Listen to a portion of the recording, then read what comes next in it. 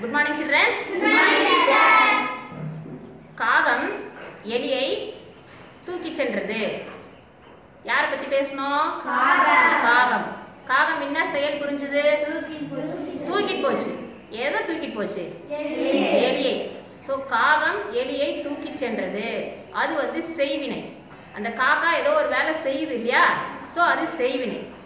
எலி காகத்தால் தூக்கி செல்லப்பட்டது அப்படின்னு சொல்றேன். அதுல நம்ம எலி ஏதாவது வேலை செய்தா? அதுல எந்த வேலையும் செய்யல இல்லையா? அதனால இது செயப்பாட்டு வினை. எலி காகத்தால் தூக்கி செல்லப்பட்டதுன்னு போது செயப்பாட்டு வினைன்னு சொல்லுவோம்.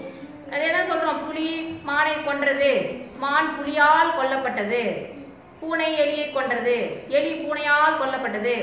செய்வினை செயப்பாட்டு வினை. அதுதான் நம்ம இங்கிலீஷ்ல ஆக்டிவ் வாய்ஸ் பாசிவ் வாய்ஸ் அப்படின்னு சொல்லுவோம். என்னன்னு சொல்லுவோம்? Active voice passive voice. செய்வினை செயப்பாட்டு வினை. தமிழ்ல நீங்க படிச்சிருக்கீங்களான்னு தெரியல, எனக்கு இலக்கணத்துல படிச்சிருக்கீங்க. ஸோ மொத்தம் வேர்ப்னு எடுத்துக்கிட்டீங்கன்னா அதுல 12 ஃபார்ம்ஸ் இருக்கு.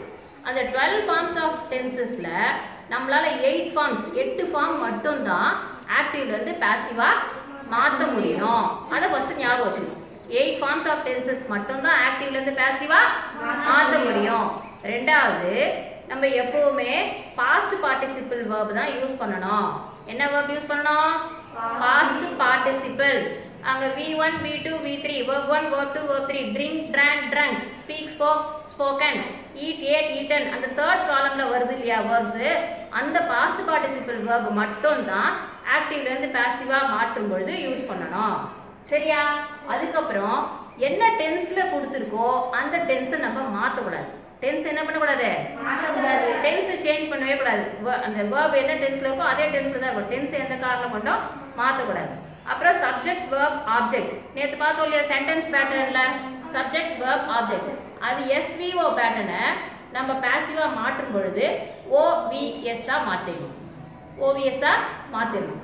இன்னொரு முறை எல்லாத்தையும் ரெக்கலெக்ட் பண்ணிக்கலாம்.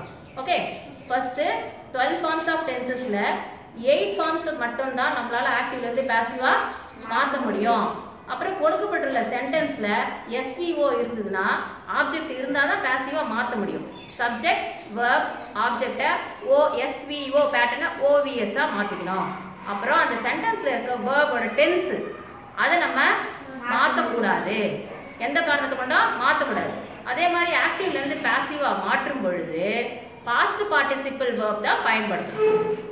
verb 1 verb 2 verb 3 நம்ம ஏற்கனவே அந்த டேப்லெட் காலம் படிச்சிருக்கோம், நிறைய வேர்ப்ஸ் படிச்சிருக்கோம்.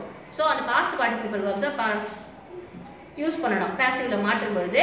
இப்போ நம்ம இன்னைக்கு பார்க்க போகிறது ப்ரெசன்ட் டென்ஸ் மட்டும்தான். நான் சொன்னேன் 8 ஃபார்ம்ஸ் மட்டும்தான் பாசிவாக மாற்ற முடியும்னு. அதில் இன்னைக்கு நம்ம பார்க்க போகிறது ப்ரெசன்ட் டென்ஸ் மட்டும்தான். 8 டென்சஸ் என்னன்னு பார்த்துக்கிட்டிங்கன்னா 12 டென்சஸ் இருக்கு இல்லையா? அந்த 12 ஃபார்ம்ஸ்ல 8 ஃபார்ம்ஸ் தான் மாற்ற முடியும். அது என்னன்னு பார்த்தீங்கன்னா present tense, past tense, future tense, present continuous, past continuous, present perfect, past perfect, future perfect. இந்த 8 சென்டென்ஸ், இந்த 8 ஃபார்ம்ஸ் மட்டும்தான் டென்ஸ் மட்டும்தான் ஆக்டிவ்ல இருந்து பாசிவா மாற்ற முடியும். மற்றதெல்லாம் மாற்ற முடியாது. சரியா?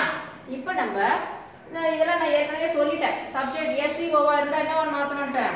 OVS மாற்றணும்னு சொல்லிட்டேன். டென்ஸ் மாற்றக்கூடாதுன்னு சொல்லிட்டேன். பாஸ்ட் பார்ட்டிசிபிள் வேர்ப் தான் பயன்படுத்தணும்னு சொன்னேன். அதுதான் உங்களுக்கு ஞாபகம் வச்சிருக்கேன், நான் இங்கே எழுதிருக்கேன். இப்போ ப்ரெசன்ட் டென்ஸ் மட்டும் தான் பார்க்க போறோம். இன்னைக்கு present tense. Tomorrow we will see past tense. Okay? So John sells computers. யாரை பத்தி இந்த வாக்கியத்துல பேசுறோம்? ஜான் பத்தி பேசுறோம். ஜான் என்ன பண்றாரு? கம்ப்யூட்டர்ஸ் விக்கிறார். செல்ஸ் என்ன அர்த்தம்? விக்கிறார் அர்த்தம். என்ன விக்கிறாரு? கம்ப்யூட்டர். என்னன்ற क्वेश्चनக்கு நமக்கு ஆன்சர் கிடைச்சாலே அதுதான் ஆப்ஜெக்ட்னு படிச்சோம் சென்டென்ஸ் பேட்டர்ன் படிக்கும்போது, ரைட்? சோ SVO ஆப்ஜெக்ட் இருந்தா தான் நம்ம என்ன பண்ண முடியும்? பாசிவ் வாய்ஸ்ல மாத்த முடியும்னு சொன்னேன் இல்லையா? சோ SVO வை என்னவா மாத்த போறோம்? OVS ஆ மாத்த போறோம். இங்க O என்னது? கம்ப்யூட்டர்ஸ். கம்ப்யூட்டர்ஸ் இங்க எழுதியாச்சா? கம்ப்யூட்டர்ஸ். கம்ப்யூட்டர்ஸ் சிங்குலரா ப்ளூரலா? ஒருமையா பன்மையா? பன்மை. ஏன்னா இங்க என்ன போட்டுருக்கோம்? சப்ஜெக்ட்ல S போட்டுருக்கோம் இல்லையா? சோ S போட்டாச்சு. கம்ப்யூட்டர்ஸ் வரும்பொழுது நம்ம பிரசன்ட் டென்ஸ், டென்ஸ் மாத்த கூடாது. செல்ஸ் வந்து பிரசன்ட் டென்ஸ், அதனால மாத்த கூடாது. கம்ப்யூட்டர்ஸ் வரும்போது நம்ம ஈஸ் போடணுமா ஆர் போடணுமா? ஆர். ஏன்னா கம்ப்யூட்டர்ஸ் பன்மை plural. Very good. computers are இங்க cells க்கு பதில் sell sold sold V3 verb என்னது sold. So computers are sold by John. இந்த by என்னதுன்னு கேட்டிங்கன்னா computers ஜானால் விற்கப்பட்டது. அந்த ஜானால் சொல்றோம்ல, ஜானால் விற்கப்பட்டது. பூனை எலியை கொன்றதுனாக்கா எலி பூனையால் கொல்லப்பட்டது. அந்த ஆல் தான் என்னதுங்க இங்கிலீஷ்ல இங்க போறது பை. புரிஞ்சுதா? சரி, computers are sold by John. ஏதாவது டவுட் இருக்கா? நோ. இங்க பாரு, நெக்ஸ்ட் ஒன் பாப்போம். Mary writes a poem. Mary வந்து சப்ஜெக்ட். யாரை பத்தி பேசுறோம்? மேரி. மேரி தான் அப்ப சப்ஜெக்ட். ரைட்ஸ்ன்றது என்ன செயல் செய்றாங்க? எழுதுறாங்க. என்ன எழுதுறாங்க? poem. அப்ப இதுதான் என்னது? Object. So subject verb object. இங்க மேரி வந்து சிங்குலர், அதனால தான் verbல என்ன போட்டுருக்கோம்? s போட்டுருக்கோம். பிரசன்ட் டென்ஸ்ல verbல என்ன வரணும்? s வரணும். ப்ளூரல் இந்த சப்ஜெக்ட் வந்து பன்மையா இருந்தா verbல s வராது. சரியா? இப்போ SVO நம்ம என்னவா மாத்த போறோம்? OVS ஆ மாத்த போறோம். ஆக்டிவ் வாய்ஸ்னா சப்ஜெக்ட் கண்டிப்பா ஏதாவது ஒரு செயல் செய்வாங்க. மேரி ரைட்ஸ் a poem என்ன செயல் செய்றாங்க? எழுதுற செயல் செய்றாங்க. சரியா? இப்போ நம்ம OVS ஆ மாத்த போறோம். O என்னது? a poem. A poem is written by Mary. ஒரு கவிதை மேரியால் எழுதப்பட்டது. அந்த ஆல் தான் இங்க என்னது? by. இப்போ ரைட்டுக்கு 3 ஃபார்ம்ஸ் என்னது? ரைட், ரைட், ரோட், ரிட்டன் படிச்சிருக்கோமா? சோ அப்ப அந்த ரிட்டன் தான் இங்க நம்ம யூஸ் பண்ணிருக்கோம். a poem ஒரு poem தான், அதனால ஈஸ் போட்டுருக்கோம். சிங்குலரா தான் ஈஸ் போடுவோம். ரைட், ரோட், ரிட்டன், ரிட்டன் போட்டாச்சு. பை மேரி ஒரு கவிதை மேரியால் எழுதப்பட்டது. புரிஞ்சுதா? அடுத்தது பார்க்கலாமா? நெக்ஸ்ட் பாருங்க. he plays chess. அவன் செஸ் விளையாடுறான். he என்ன? இல்ல, he என்ன அர்த்தம்? அவன். அவன் அவன் என்ன செயல் செய்யறான்? செஸ் விளையாடுறான். செஸ் விளையாடுறான். அப்போ இது சப்ஜெக்ட் verb ஆப்ஜெக்ட். அப்போ chess is played by. he வந்தா என்னவா மாத்தணும்? he வந்தா him ன்னு மாத்திக்கணும். he வந்தா என்ன மாத்தணும்? him. chess is played by him. chess வந்து சிங்குலர், அதனால நம்ம is போட்டுருக்கோம். play, played, played, அதனால V3 verb இங்க போட்டாச்சு. past participle verb played அது போட்டாச்சு. by him. அடுத்தது பாருங்க. she prepares tea. subject verb object. she அவள். அவள் என்ன பண்றா? டீ தயாரிக்கிறாள். சரியா? என்ன தயாரிக்கிறா? டீ. அப்ப SVO டீ தான் O. ஆப்ஜெக்ட் முன்னாடி கொண்டு வந்துட்டோமா? OVS ஆ மாத்திக்கணும் இல்லையா? சோ டீ, டீ வந்து சிங்குலரா ப்ளூரலா? சிங்குலர். சோ is போடுறோம். tea is prepared by. she என்னவா மாத்திக்கணும்? her ஆ மாத்திக்கணும். she வந்து her ஆ மாத்திக்கணும். அதுக்கு அப்புறம் பாருங்க. they attend the function. அவங்க வந்து அந்த விழாவுக்கு சென்றார்கள். they attend the function. subject verb object. the function ஒரு விழா தானே, அதனால is போட்டாச்சா? the function is attend க்கு attend, attended, attended.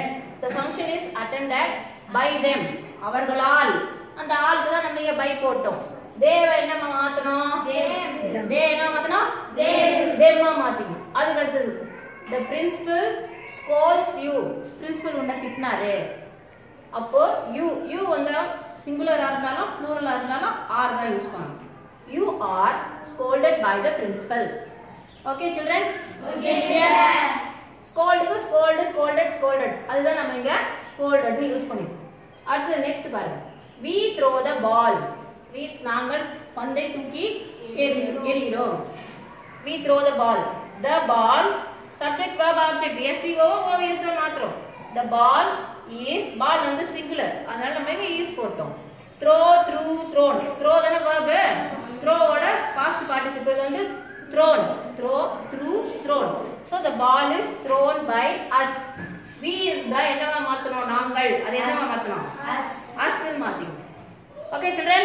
is it clear? ஏதாவது சந்தேகம் வந்தா இப்பயே கேட்டுருங்க. இப்பயே நம்ம கிளாரிஃபை பண்ணிக்கலாம். ஏதாவது டவுட் இருக்கா? டவுட் இல்லையா? சரி, அடுத்தது பாருங்க. Last example. you pour water. நீ தண்ணி ஊத்தின. Water is poured by you. நம்ம இந்த மாதிரி ப்ரொனவுன்லாம் பார்த்தாக்கா எல்லாத்தையும் மாற்றணும். he வந்தா him மாற்றணும், she வந்தா her மாற்றணும், they வந்தா themன்னு மாற்றணும், you வந்தா youவை போட்டாச்சு, we வந்தா usன்னு மாற்றணும். ஆனால் இந்த ப்ரொனவுன் you வந்தா மட்டும் எதுவுமே மாற்றக்கூடாது, அப்படியே you தான் யூஸ் பண்ணணும். Okay, water is poured by you. தண்ணி உன்னால் ஊற்றப்பட்டது. சரியா? புரிஞ்சுதா? பிரசன்ட் டென்ஸ்ல ஏதாவது டவுட் இருக்கா? No sir. நாளைக்கு பாஸ்ட் டென்ஸ் பாப்போமா? பாப்போம் சார். Okay, thank you children. Thank you teacher.